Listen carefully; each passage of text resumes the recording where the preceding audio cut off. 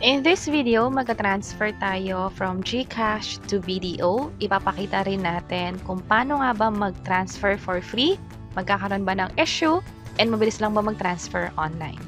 By the way, kung first time mo sa channel na to and gusto mo pa ng mga online tutorial videos katulad nito, please click the subscribe button.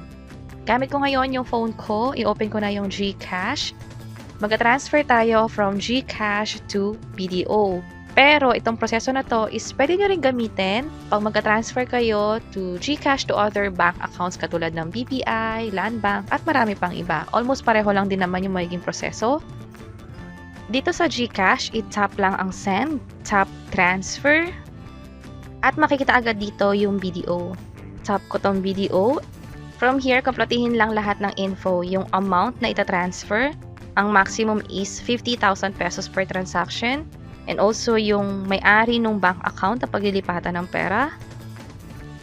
And finally, yung account number. I-make sure na tama yung account number na tinatype nyo rito para nga naman hindi magkamali sa pag-transfer ng pera online. Kapag okay na, i-tap tong send money. Pero makikita ninyo na may 15 pesos fee para sa transaction na to. I-tap ang send money, i-review lahat ng information, and then i-tap itong confirm.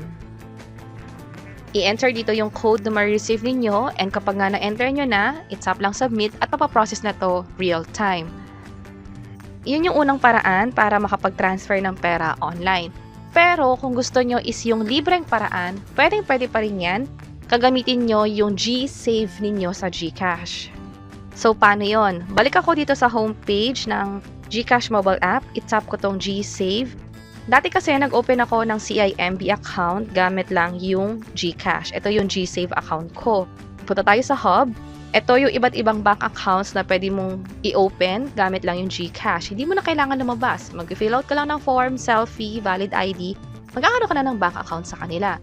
At kapag meron kang bank account sa kanila, pwede ka rin mag-register sa mobile app nila. Sa akin, nag-open ako ng CIMB. Pag tinap ko yan, makikita rito kung magkano na yung balance ko sa CIMB, yung account number ko din, and kung magkano yung interest rate per year. Ibig sabihin yan, kumikita yung pera ko o tumutubo yung ipon ko dito sa G-Save. Kaysa nga naman nasa GCash ko siya, itatabi ko na lang muna siya sa CIMB na nasa G-Save din. Also, kapag CIMB, may mga promo sila. Lately, madalas yon na mas mataas yung in-offer nilang interest rate. May umaabot na 10% o 12%. Pag maglilipat ako ng pera from GCash to BDO or other bank, papadaanin ko dito sa CIMB. So, ang gagawin ko is mag-deposit muna ako rito. Mag-transfer ako ng 100 kasi ito yung bala kong ilipat papuntang BDO. Tap ko lang yung next, tap ko lang yung confirm.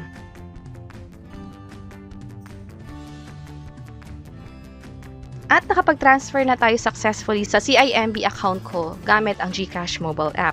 So, sobrang bilis niya. This time, mag-login naman ako sa CIMB. And after ko nga makapag-login, makikita ko rin dito yung balanse ko. Dito kasi sa CIMB mobile app, ito yung gagamitin natin pang transfer. Tap ko tong transfer. Tap ko yun to other bank. Piliin ko yung BDO since dito ako mag-transfer ng pera. Kablutihin lahat na information, pati yung account number. And ilagay dito yung amount na ililipat. Pwede ko tong iset as favorite para next time, pag maglilipat ako ng pera dito, nakasave na siya. Doon sa favorite ko, hindi ko na kailangan i-enter ulit yung account number. And then tap ko tong continue. I-review lahat ng information kung tama. Zero fee, ibig sabihin libre talaga yung pag-transfer. And remember, itong pera na to is nanggaling din sa GCash account. Pinadaan ko lang sa CIMB na siya i-forward na natin sa BDO. Tap ko tong confirm. At ito na, your transfer is successful. Mas maganda na i-take niyo yung screenshot or yung proof ng transaction. I-open ko naman ngayon yung BDO mobile app kung saan ito-double check natin kung may pumasok pa talagang 100 pesos. Pwede natin malaman yon sa transaction history. So, ang maganda rito is matetest talaga natin kung pumasok yung pera real time. So, ito na yung account ko. And ngayon kasi is August 29. May pumasok nga dito na 100 pesos. Itong isa na tinransfer ko is kanina pa yan pero same day din. Pero obviously, hindi naman tayo nagkaroon ng issue sa pag-transfer ng pera online. Mabilis lang din, nag-reflect yung perang padala. Also, kung mag-transfer kayo gamit yung CIMB, kapag more than 50,000 yung ita-transfer ninyo, hindi na yung real time. Pwede umabot ng up to few hours to another business day bago ma-process yung pera. Pero pag less than 50,000 pesos, that's via InstaPay, mabilis, matatransfer yung pera, yan ay kung walang issue at walang maintenance. Sa experience ko naman, in the past, naging successful naman yung mga fund transfer ko sa ibang bank account. So, ganun kabilis mag-transfer ng pera online. Pwede nyong i-check kung ano yung bagay sa inyo. Pwede naman diretso, GCash to BDO, may charge na 15 pesos. Pero kung gusto nyo libre, sulit yung transfer, kahit ilang transfer pa yan, pwede nyo i-check yung second option na padaanin sa CIMB. And paano nga ba mag-open ng CIMB account gamit ang GCash? Pinakita namin yan dito sa video sa baba.